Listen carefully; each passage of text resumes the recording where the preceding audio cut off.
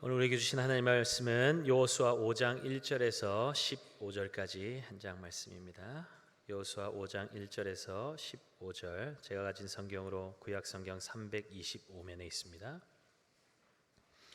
여호수아 5장 1절부터 15절까지 말씀을 교독하도록 하겠습니다.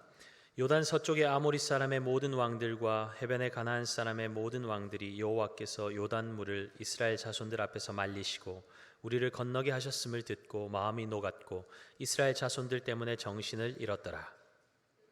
여호와께서 여호수아에게 이르시되 너는 부싯돌로 칼을 만들어 이스라엘 자손들에게 다시 할례를 행하라 하시매 여호수아가 부싯돌로 칼을 만들어 할례산에서 이스라엘 자손들에게 할례를 행하니라.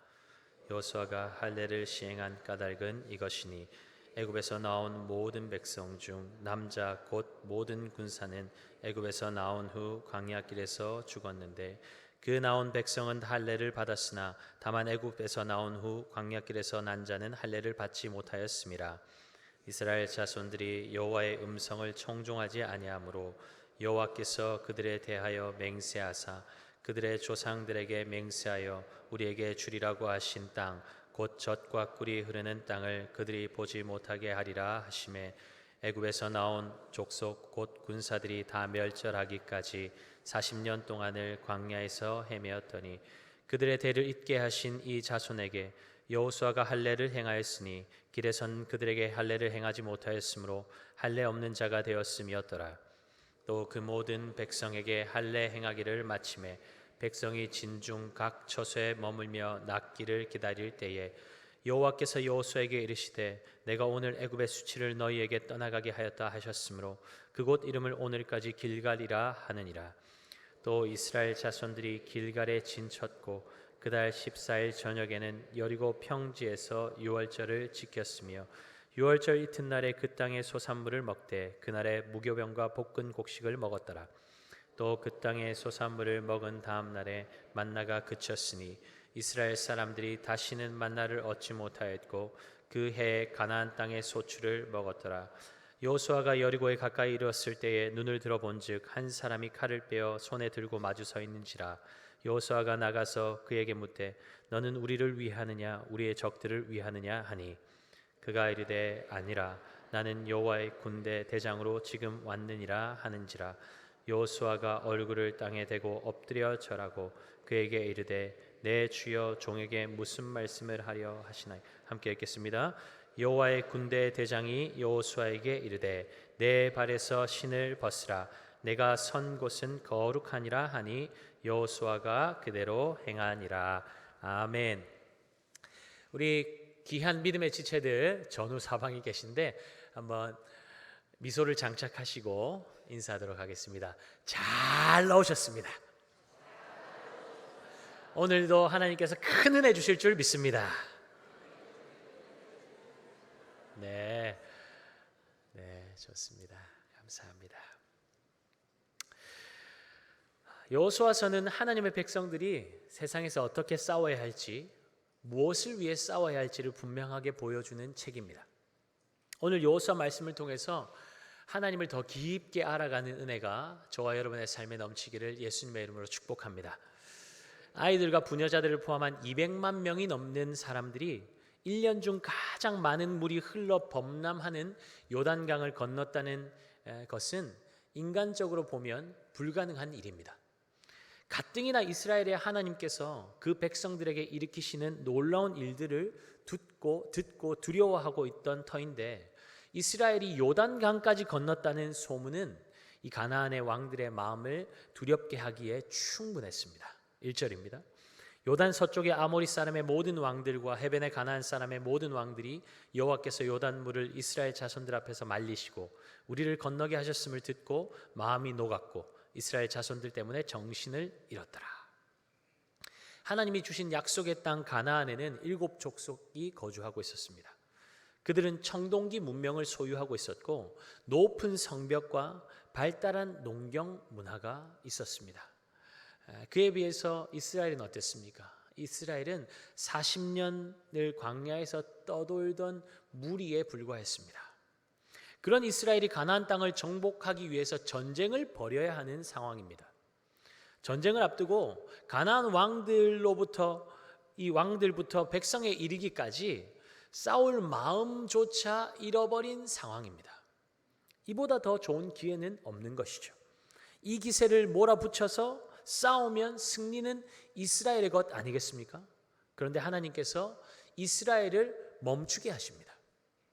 전쟁에서 기싸움 타이밍이 너무나 중요한데 하나님은 왜 이스라엘을 멈추게 하신 것일까요? 잠시 멈추어라 정도가 아니라 이 중요한 때에 하나님께서 명령하신 것이 무엇이었습니까? 할례와 유월절입니다. 지금 이스라엘은 길갈이라는 곳에 있습니다. 뒤에는 요단강이, 앞에는 여리고성이 가로막고 있고 이스라엘은 가나안 족속들에게 일거수일투족을 감시당하고 있는 상황입니다. 할례를 행하면 통증 때문에 싸움은 고사하고 거동도 불편해지죠. 회복되기까지 많은 시간이 필요한데 그때 만약 적들이 쳐들어온다면 속수무책으로 당할 수밖에 없습니다. 그러니 전쟁을 앞두고 있는 이스라엘 백성들에게 할례를 명하신 것은 목숨을 내어놓으라는 것과 마찬가지 의미였습니다. 이 중요하고 위험한 상황에서 할례를 행하는 것이 무엇이 그렇게 중요하길래 하나님은 이런 명령을 이스라엘 백성들에게 내리고 계신 것일까요? 이스라엘 남자는 난지 8일 만에 할례를 받습니다. 이 규례는 아브라함 때부터 시행되어 왔지만 광야에서 태어난 사람들은 아직 할례를 받지 못한 상태였기 때문에 이스라엘이 할례 없는 자가 된 것입니다. 할례는 하나님이 택한 언약 백성임을 드러내고 다른 이방 족속들과 구별짓는 외적인 표시이기에 하나님은 이스라엘 자손들에게 할례를 명하신 것입니다. 그렇다면 유월절은 어떤 의미를 가지고 있습니까?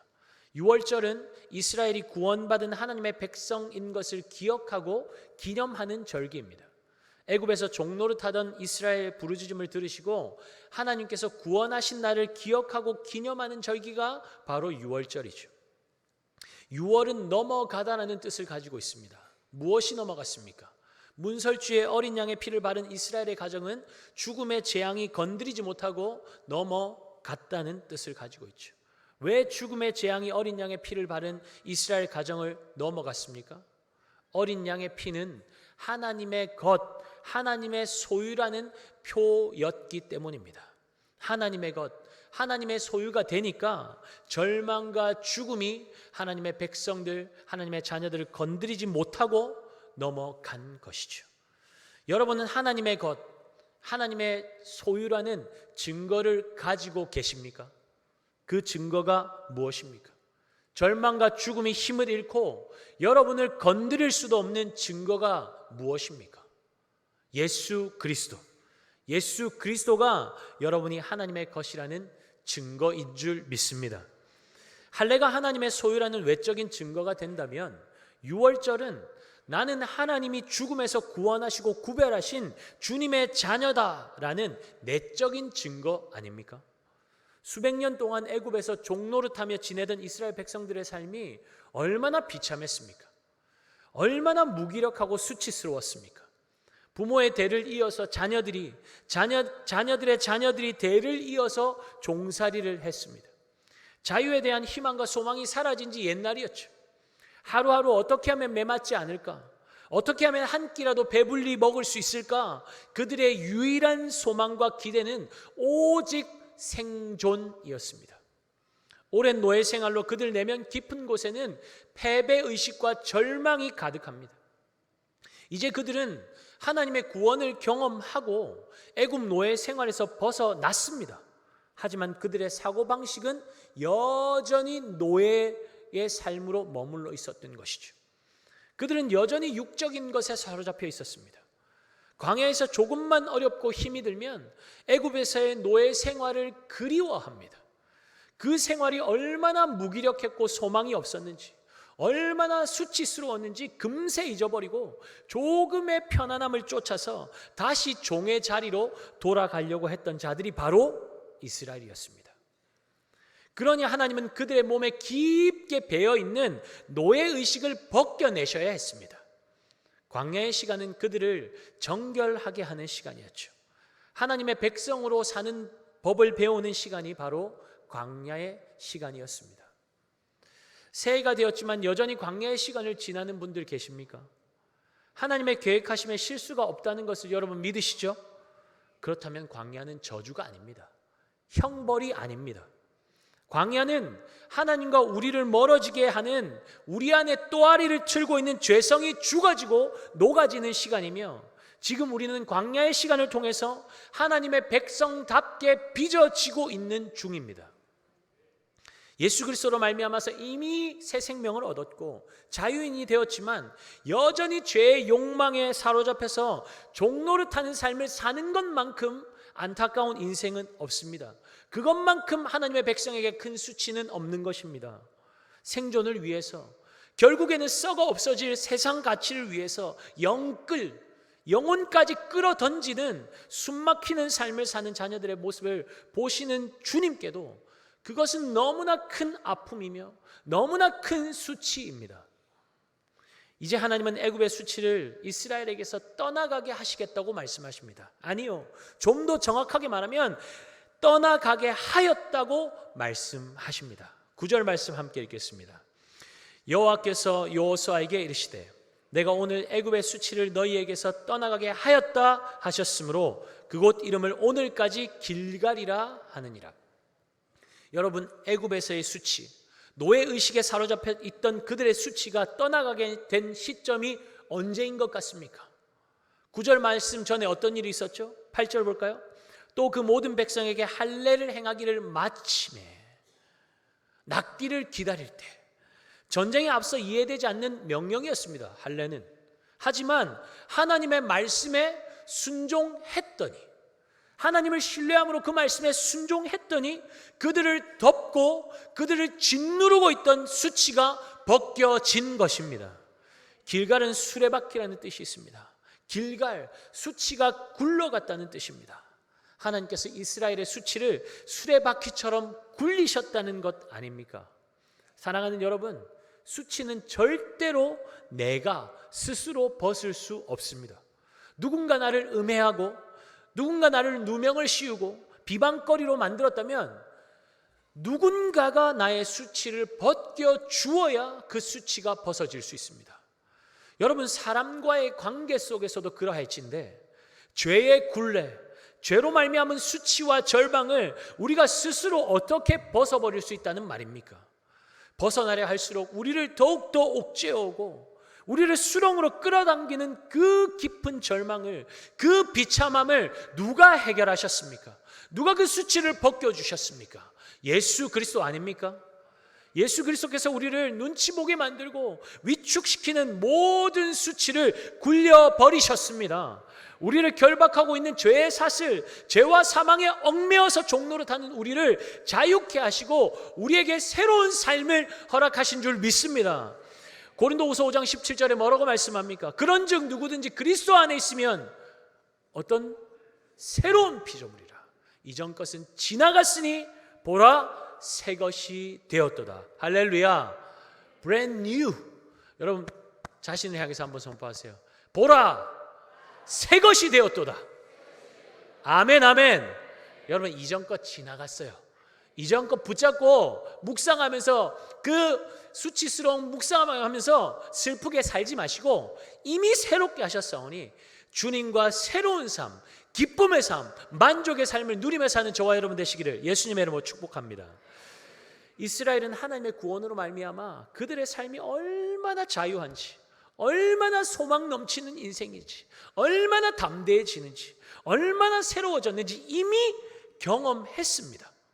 그러나 죄는 항상 하나님을 향한 우리의 시선을 나누어지게 하고 흐트러뜨리기에 하나님은 유월절 의식을 통해서 하나님이 이스라엘에게 어떤 분이신지, 이스라엘은 하나님께 어떠한 존재인지 기억하고 되새기는 시간을 가지도록 하신 것입니다. 하나님께서 이스라엘에게 할례와 유월절을 주신, 지킬 것을 요구하신 것이 여러분 그 이유가 보이십니까?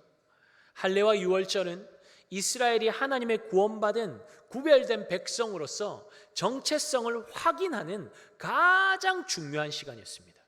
하나님은 이스라엘 백성들이 구원받은 백성이요 모든 민족 가운데 구별된 백성임을 기억하기를 원하셨습니다. 왜냐하면 가나안은 하나님이 아니라 이방신을 음란하게 섬기는 땅이었기 때문입니다. 하나님은 이스라엘 백성들이 가나안 땅에 들어가서 자기들끼리 잘 먹고 잘 살라고 그 땅을 주신 것이 아닙니다. 하나님 없이 우상을 숭배하며 살아가는 가나안 족속들을 그 땅에서 몰아내고 그들의 악한 문화를 하나님 나라의 문화로 바꾸라고 가나안 땅을 그들에게 맡기신 것입니다. 여러분, 우리도 마찬가지죠. 하나님께서 이 땅에서 우리에게 허락하신 것들, 우리끼리 잘 먹고 잘 살고 행복하게 살라고 주신 것 아닌 줄 믿습니다. 그것 가지고 여러분 우리에게 사명이 있어요. 이 땅을 변화시켜야 할 사명이 있습니다. 이 땅의 음란하고 타락한 문화, 하나님의 백성들이 들어가는 곳곳마다 바꾸어내야 될 것 아닙니까? 주님이 주신 것들 가지고, 주님이 주신 재능 가지고, 주님이 주신 은사 가지고, 주님이 주신 것들 가지고 들어가서 그곳을 하나님 나라로 바꿔내야 될 사명이 우리 각자에게 주어진 줄 믿습니다. 그러니 이스라엘 백성들이 가나안 땅에 빨리 들어가는 것보다 더 중요했던 것이 무엇이겠습니까? 빨리 들어가서 전쟁 치르고 빨리 그 땅 갖는 것보다 더 중요했던 것은 내가 누구인지, 나는 무엇을 위해 사는 존재인지, 그것을 제대로 인식하는 것이 더 시급하고 중요했던 것입니다. 그러니 하나님은 그들을 멈추어 서게 하신 것이죠. 빨리 준비해라, 빨리 전략 짜라, 어떻게 싸워라. 하나님 그거 명령하시지 않았어요. 멈춰 서라, 할례 해라, 할례 행하라, 유월절 지켜라. 하나님께서 명령하신 이유가 바로 그것입니다. 여러분, 새해를 시작하면서 중요한 계획들을 많이 세워놓으셨을 겁니다. 이번 해에는 목표한 바를 반드시 이루고 성공하고 말겠다는 특별한 다짐도 하셨을 것입니다. 그런데 중요한 것은 우리 하나님은 우리의 성공에 관심이 없으시다는 것입니다. 목표한 바를 어떻게든 달성해내면 참 좋겠지만 여러분, 그러지 못해도 괜찮습니다. 스스로 압박하지 마세요. 하나님이 너 이거 왜 못 이뤘어? 하나님이 닥달하신 분 아니세요. 주의 영이 계신 곳에 뭐가 있어요? 자유함이 있어요. 자유함. 여러분, 이렇게 해야 돼, 이렇게 해야 돼, 이렇게 해야 돼. 신앙생활 이렇게 해야 돼. 그러면서 자신을 닥달하고 그 틀 안에 갇히면 여러분 율법주의로 가는 거예요. 율법주의에는 생명 없어요. 율법주의에 기쁨 없어요. 의무만 있어요. 의무만. 헌금도 마찬가지 아닙니까? 의무로 하면 기쁨이 없어요. 자원하는 마음을 주님이 부어주시고 거기서 정말 주의 나라 확장을 위해서 기도가 나오고 내게 있는 모든 것이 주님 것임을 알고 기쁨으로 드리는 자원함이 생기는 거지, 그거 없이 의무로 행하면 재미없어요. 신앙생활 뭔 만족이 있고 뭔 기대가 있겠습니까? 주님 주시는 그 기쁨이 우리 안에, 그 자유가 우리 안에 넘쳐나기를 예수님의 이름으로 축복합니다. 우리 하나님은 하나님의 자녀들이 내 하나님이 어떤 분이신지 알고 있는지, 하나님의 자녀된 권세를 누리며 살고 있는지, 예수 안에서 자유한지, 예수 안에서 진짜 기쁜지, 예수 안에서 충만한지, 자녀들이 도대체 이 땅에서 사는 목적이 무엇인지 그것에 더 관심이 있으십니다. 새해를 시작하는 이 중요한 시점에 목표한 바를 이루기 위해서 열심히 달려야 하는 이때에 주님 앞에 여러분 잠시 멈추어 서십시오. 그리고 우리의 정체성을 다시 한번 점검하시기 바랍니다. 여러분, 우리는 이 땅에서 성공하기 위해 부름받은 자들 아닙니다. 이 땅에서 잘 먹고 잘 살라고 부름받은 존재 아닙니다. 주님 우리에게 생명 주신 이유를 기억하고 그 주님의 나라와 영광 위에 드려지는 귀하고 복된 성도의 삶이 될 수 있기를 바랍니다. 여러분, 명문대학 졸업장 있으면, 승진하면, 연봉이 높이 올라가면, 지평수 넓게 늘리면 여러분의 가치가 올라가지 않는 것 아시지 않습니까? 그것이 여러분의 삶의 질을 결정짓는 것 아시지 않습니까? 여러분, 박사학위 있으면 하나님이 영광 받으시고 학위 없으면 하나님이 영광 못 받으십니까? 박사학위 있어야만, 대단한 학벌을 가져야만 하나님이 멋지게 사용하실 수 있습니까? 제 이야기에서 죄송합니다만 제가 미국에서 박사학위 공부 다 마치고 안 돌아오고 하다가 돌아가니까 청년부 목사님이 그러더라고요. 박사학위 받고 돌아가면 더 멋지게 사용하실 텐데. 근데 여러분, 제 마음에 그런 생각이 들더라고요. 왜 박사학위 받아야만 하나님이 멋지게 사용하실 수 있을까? 박사학위 못 받으면 사용 못 하시는 분이 하나님이신가? 제 마음 가운데 의문이 들었습니다. 그래서 제가 그것에 정면으로 반박하진 않았지만 제가 하나님께 기도했어요. 하나님, 이것과 상관없이 하나님은 저를 들어 사용하실 수 있는 분이십니다. 여러분 믿으십니까? 여러분, 높은 자리에 올라가야만 하나님이 사용하실 수 있습니까? 그렇지 않습니다. 돈 많이 있어야만 하나님 일할 수 있습니까? 아니요. 돈 없어도 하나님 사용하실 수 있어요. 하나님은 무에서 유를 창조하신 분인데 우리가 대단한 것 가지고 있으면 하나님이 일하시고 없으면 아무 일도 못 하시는 분이십니까? 그렇지 않죠. 이것은 지극히 세상적인 생각입니다. 세상에 속하여 살다 보니 세속적인 세계관이 우리 안에 깊이 뿌리 내려져 있어서 우리가 그런 불신앙이 가득한 말을 하고 있는 거죠. 우리 자녀들한테도 야, 공부 잘해야 하나님 영광 돌릴 수 있어. 좋은 대학 가야 하나님 영광 돌릴 수 있어. 그렇지 않습니다. 물론 열심히 해야죠. 그러니까 여러분, 목적이 달라지는 거예요. 예수 만난 사람은 목적이 달라요. 공부하는 목적 뭡니까? 대학이 목표가 아니라 주님 나라와 영광 위해서 이 과정 또한 예배인 것을 기억하며 공부하는 거죠. 거기에 하나님 좋은 결과들도 더하시는 거죠. 은혜를 부어주시고. 그러니까 여러분, 혹시 자녀들에게 야, 공부 잘해야 하나님께 영광 돌린다, 혹시 그렇게 말하시는 분 있으면 회개하고 그 언어 습관을 고치시기를 바랍니다. 예. 아멘이 안 나오고. 네. 예. 하나님 아무것도 없어도 들어서 사용하실 수 있습니다. 여러분, 세상적으로 뛰어나면 하나님이 영광 받으시고 그런 사람 쓴다는 말에 속지 마십시오. 하나님께서 그런 약속을 하신 적이 없습니다. 성경에 그런 구절 나오거든. 저한테 좀 찾아서 저한테 좀 가르쳐 주세요. 예. 하나님은 성공한 사람을 사용하시는 것이 아니고 돈 많은 사람을 사용하시는 것이 아니고 하나님께 순종하는 한 사람을 사용하시는 줄 믿습니다. 어떤 상황 가운데도 하나님께 순종하는 한 사람, 그 사람을 하나님이 들어 사용하십니다. 부족하면 어떻게 하실까요? 하나님이 채우시고 만들어서 사용하실 줄 믿습니다. 부족하면 부족한 대로 하나님 사용하세요. 예, 필요하면 필요한 대로 하나님 사용하세요. 그러니까 아이고 나는 약해서 사용 못 받아요. 나는 가진 것이 없어서 사용 못 받아요. 거짓말하지 마세요. 예, 그러면 하나님을 무능한 하나님으로 만드는 거예요. 하나님은 어떤 상황 가운데도 우리를 사용하실 수 있습니다. 그러니까 우리는 자원하는 심령으로 우리의 삶을 하나님 앞에 올려드리면 되는 것이죠. 하는 일이 안 돼서 초조합니까? 예배생활 성실하게 열심히 죽을 힘을 다해서 하는데 사람들 앞에 내놓을 결과물이 전혀 없어서 아이고 내 자식들은 뭐 잘된 자식도 없고 뭐 가진 것도 별로 없고 그래서 사람들에게 부끄러운 마음 가지고 계신 분 있습니까? 하나님께 그런 건 전혀 문제가 되지 않습니다. 왜 힘들까요? 왜 마음이 힘들까요? 내 자존심 때문에 힘든 거예요. 하나님이 나를 어떻게 보실까? 사람들이 나를 어떻게 볼까? 그것 때문에 우리의 마음이 더 힘든 거죠. 좀 못해도 우리 하나님 막 다그치고 책망하고 그런 분 아니세요. 하나님에 대해서 오해하고 있는 거예요. 사람이 뭐라 말해도 상관없습니다. 하나님이 내 그래도 너 사랑한다 그 한마디면 되는 거죠. 있는 그 모습 그대로 내 너 사랑한다 그 한마디면 되는 것이죠. 여러분, 하나님에 대해서 알아야 돼요. 그래서 하나님 말씀을 펼쳐서 읽어야 돼요. 그 안에 기록된 대로 순종하고 묵상하며 나갈 때 그 말씀이 우리의 삶을 인도하십니다. 하나님 어떤 분이신지 더 알 때 우리의 예배가 더 깊어지는 거예요.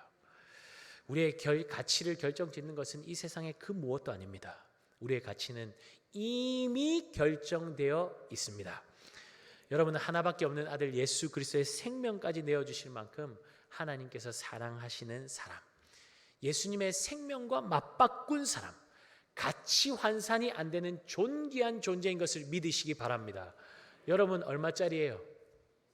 예수님짜리예요. 아멘입니까? 예수님짜리예요.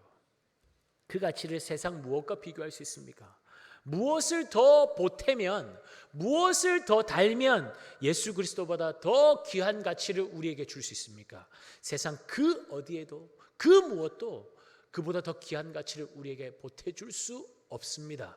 믿으시기 바랍니다. 여러분 혹시나 내 존재 가치를 모르겠습니까? 내 자신이 전혀 귀하게 느껴지지 않습니까? 늘 주변 사람과 내 삶을 비교하고 그렇게 내 삶을 불행하다 말하고 있습니까? 예수 안으로 들어오십시오. 예수 안으로 들어오십시오. 그분이 여러분의 진정한 가치가 되어 주십니다. 할례를 시행하고 유월절을 지킨 이스라엘은 이제 여리고상을 향해서 진군합니다. 여리고 근처에 이르렀을 때에 여호수아는 칼을 빼들고 서 있는 한 사람을 만나게 되죠. 13절 14절 말씀입니다. 함께 말씀 읽겠습니다. 여호수아가 여리고에 가까이 이르렀을 때에 눈을 들어본즉 한 사람이 칼을 빼어 손에 마주 서 있는지라. 여호수아가 나가서 그에게 묻되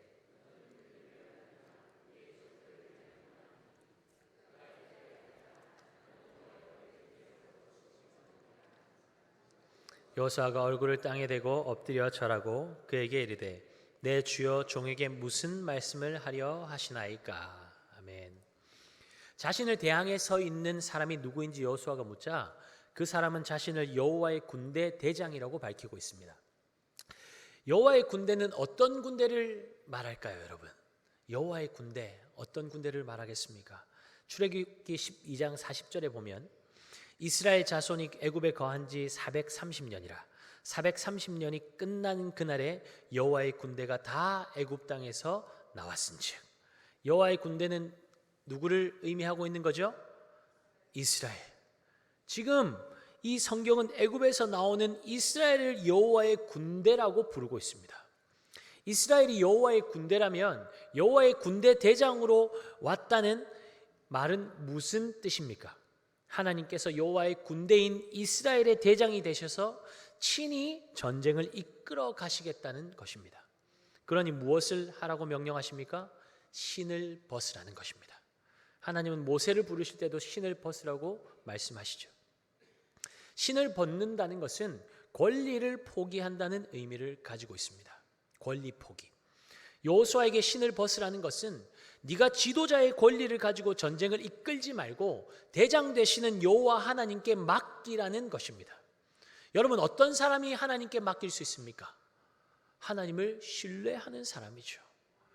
하나님께는 불가능함이 없음을 믿는 자, 하나님만이 내 삶을 완전하게 인도하시는 분이심을 믿는 자가 인생의 모든 주도권을 맡겨드릴 수 있는 것입니다. 여러분, 이 세상은 권리를 중요시해요. 이게 내 권리야, 이게 내 권리야 주장하죠. 그래서 여러분 CD 이런 데도 보면, 요즘은 CD 많이 없지만 뒤에 보면 카피라이트 있어요. 그래서 만약에 그거 카피하면 벌 준다. 이게 왜 내 권리니까, 우리가 주장하는 권리니까, 이거 내 소득이니까, 네가 건드리면, 내 소득을 건드리면, 내 권리를 건드리면 법정에서 고소할 거야. 뭐 그런 거 아닙니까? 여러분, 그래서 여러분 우리는 우리의 권리를 행사하려고 해요. 이 세상의 문화예요. 그래서 부모의 권리를 행사하려고 하고, 자녀는 자녀의 권리를 행사하려 하고, 성도는 또 성도의 권리를 찾아내려 하고, 권리를 행사하는 문화 가운데 있습니다. 근데 여러분, 그 권리 하나님이 내려놓으라고 말씀하십니다. 그 권리 가지고 있으면 하나님도 내 권리에 복종해야 되는 거예요. 똑같은 거예요. 그런데 하나님 그 권리 내려놓으래요. 가정을, 부모로서의 권리 내려놓고, 자녀로서의 권리 내려놓고, 성도로서의 권리 내려놓고, 직분자의 권리 내려놓고 하나님 앞에 순종하라는 것입니다. 하나님께 복종하라는 것입니다. 하나님을 신뢰하라는 것입니다. 신뢰하면 누가 책임져요? 하나님이 책임지십니다. 내 권리니까 내가 책임질 거야.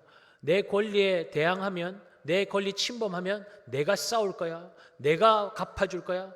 그러면 세상 사람들과 다를 바가 없는 것이죠. 여러분, 하나님 신뢰하십니까? 그러면 여러분의 신을 벗어 하나님 앞에 드리시기 바랍니다.